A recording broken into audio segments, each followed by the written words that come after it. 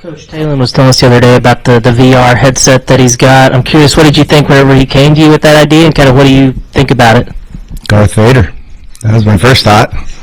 He looks like Darth Vader when he puts it on. So, no, he came in and told me he had a conversation with the quarterback from the Generals, and he told him that he felt like it really helped him take a step from his junior year to his senior year, or it might have been his sophomore year to his junior year. I don't know how many years he played, but so we looked into it.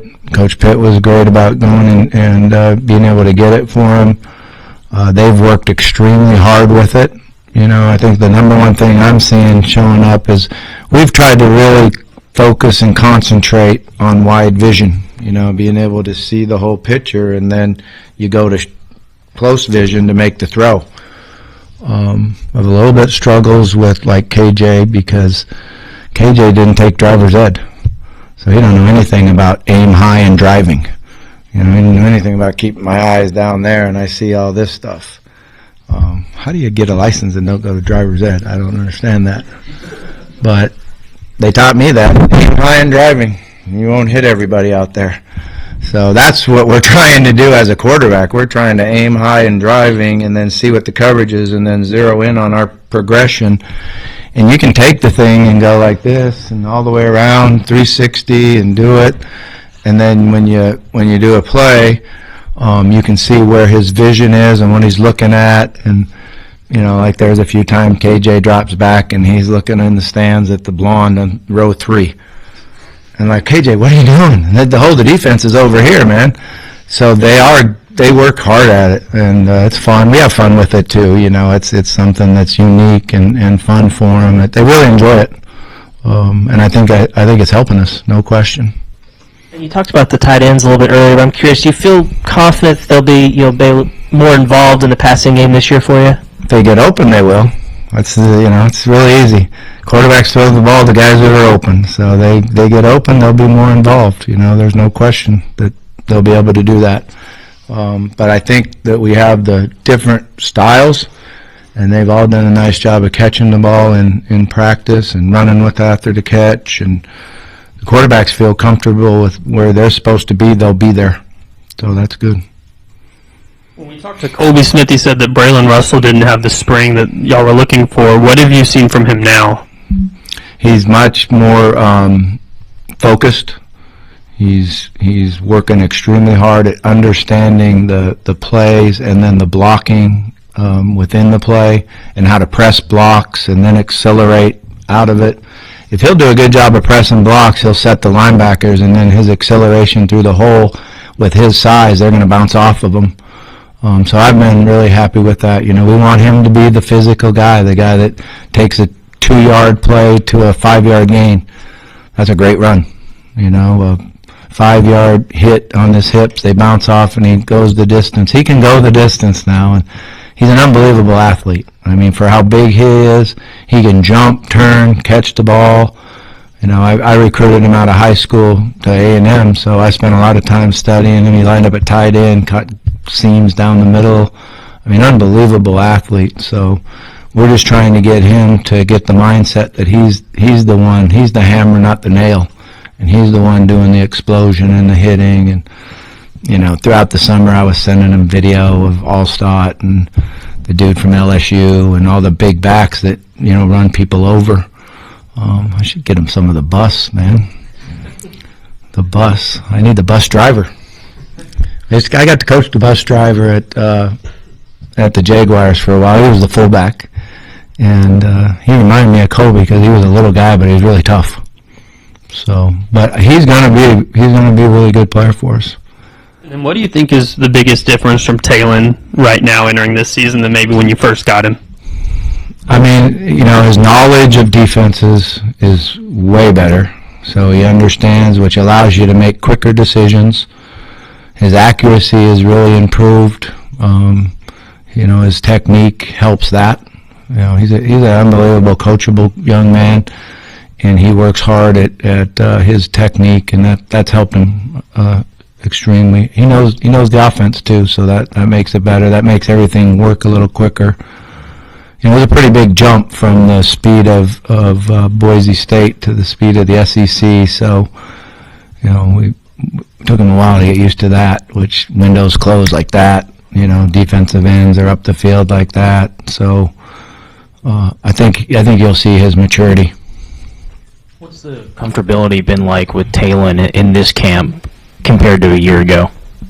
Everything's not new to him.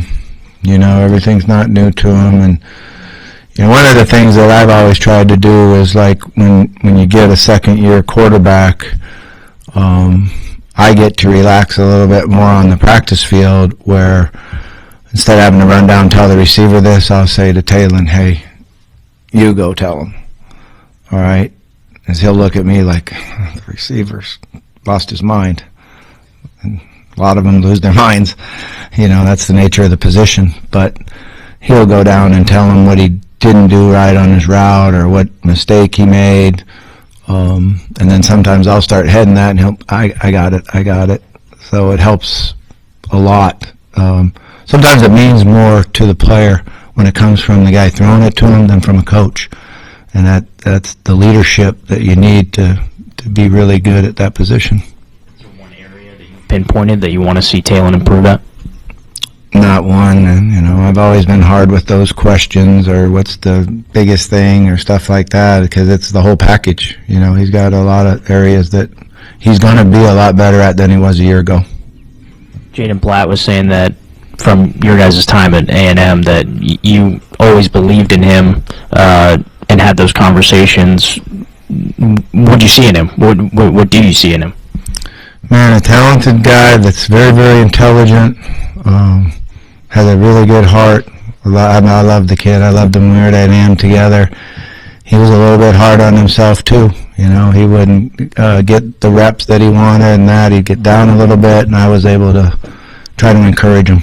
One of the fun parts of leadership is to encouraging young men to get better, and I think that's how we grew the relationship that we have. When Coach Mateus was in here last week, he said this was the best group of freshman offensive linemen he's ever worked with. I know you've been coaching a little longer than Coach Mateus, but how does this group stack up for you, and what is it about this group that makes them so impressive? I don't look like I've been coaching longer than Coach Mateus, though, right? But I have a few more years, that's for sure. Hey, it's a good crew. You got a center in there, and he's a tough guy, okay? He really is intelligent, and he's super, super talented. And, I've always thought center was a special position where you got to be sneaky mean. And those All-Americans that are like that, their personality, then they become great players like Swanson was when he was here. So he's got those traits that I think will make him really good. We count Shaq as a freshman. Of course, we all know how big a stature he has, and he's getting better and better. He's just got to do the little things. Sometimes when you're that big and strong, you get away with stuff, but he needs to do the little things. Cherry plays both inside and outside. He's a tough guy. You got a freshman that's talented and tough. He walked over to me today when we were in the first break, and he said, I love camp. He said, all it is football. All it is football. I love this. I said, me too. Yeah, I didn't really know what to say to him, he just came out of nowhere and came over and told me that today. And then we got this Prudhomme who's going to be a monster. I mean, he's the strongest guy with his hands and his upper body strength and his hips that we have on the O-line. Unfortunately, he wasn't a guy that graduated early, so we didn't have him for spring. But he's just going to keep getting better and better, and he's another tough guy. So, sometimes not just your ability, but your toughness on the offensive line makes all the difference in the world. Real quick, is Cherry the only one of those three that could go in and out? Yeah, he can play both guard and tackle. He's been playing a lot of guard, but, we've been rotating him some at tackle too. But he has the talent to do both. And the length. He's tall and long-armed. One of the narratives is that everybody always says year 2 Bobby Petrino offense is going to take this big step forward. Why do you think that is? Is that just the complexity of it versus maybe a spread offense or something like that? Yeah, I'm not sure. I think it's the fun to have a quarterback back for another year because his experience and his ability to understand like that, instead of having to think for a second and then get it, So it all works a little faster and more explosive. You guys seem to think you'll be improved on the offensive line versus where you were a year ago, and obviously there's going to be times where players get into the backfield and sacks and stuff, but you look at some of the games that were close, like the LSU game, play in the offensive backfield, the Texas A&M game, a couple of plays before you could even blink and stuff. Why do you think that was going to be so much different maybe for this year? Because those are just game-changing moments before the quarterback even has a chance to think. Yeah. All the plays like that, there's probably a different reason every time. So it's the ability to work together, with the protection being set by the O-line, everybody doing their job, setting it, or the quarterback, straightening out the protection, having that confidence and knowledge. Sometimes you'll know what to do, and then you just don't have the confidence to do it. Tyler was like that when he was young. He would see stuff and then just let it go, and then come to the sideline. I said, "Did you see that?" He said, "Yeah, I saw it." Okay, well, you're going to need to make the call then, and so it's a two-part deal. First, the knowledge of it, and then the confidence to take demand and do it. So that makes things a lot easier. The comp to Nile Davis, that's a strong comp for Mike, but everybody who's come through has really complimented everything about him. What is it about maybe his character and makeup that, he was in Mexico State last year? Yeah, it's amazing, isn't it? I can't believe I didn't find him last year. That makes me mad. Bad job. A bad job coming out of Buffalo. We should have found that. But, so first of all, he's nothing but serious. Okay? I don't even know if you can make him smile. But he came in here and wanted to learn the offense and know everything. Like I told Colby Smith when he was a freshman, if you don't protect the quarterback, you don't play. Mike's a great pass protector.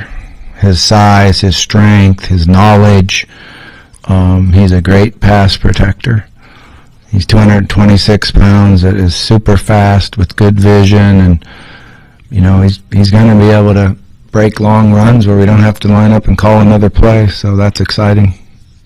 Taylor said in Atlanta that he was engaged and that she helps him, she smooths him out. What does an engaged Taylor look like to you? I don't know. I haven't really met his girlfriend. I saw her once on his shoulders after the Tennessee game. That's all I know about her. But Taylor's a great young man, and I'm excited for him that he found the woman that he loves and that he knows what he wants to do. But he's been pretty much like this, with his personality and everything. He doesn't do a lot of ups and downs. He comes to work every day and gives you a full day of work. Coach Pittman has talked a lot about the importance of turnovers, forcing more on defense and protecting the ball on offense. Curious, how has that gone this fall camp, and do you feel like y'all are doing the things you need to do to improve that this year? Yeah, we're working hard at it, and certainly some of the turnovers that we had last year, cost you games, and I think some of that is, knowing the game better, understanding how I need to take care of the ball, how if I throw the ball away, I get to the next play, so I don't panic and I have poise, and which I thought he did as the year went on, and improved really well on that, and so we'll definitely have to take care of the ball better. Appreciate you, Coach. All right, thank you. Guys, have a good one.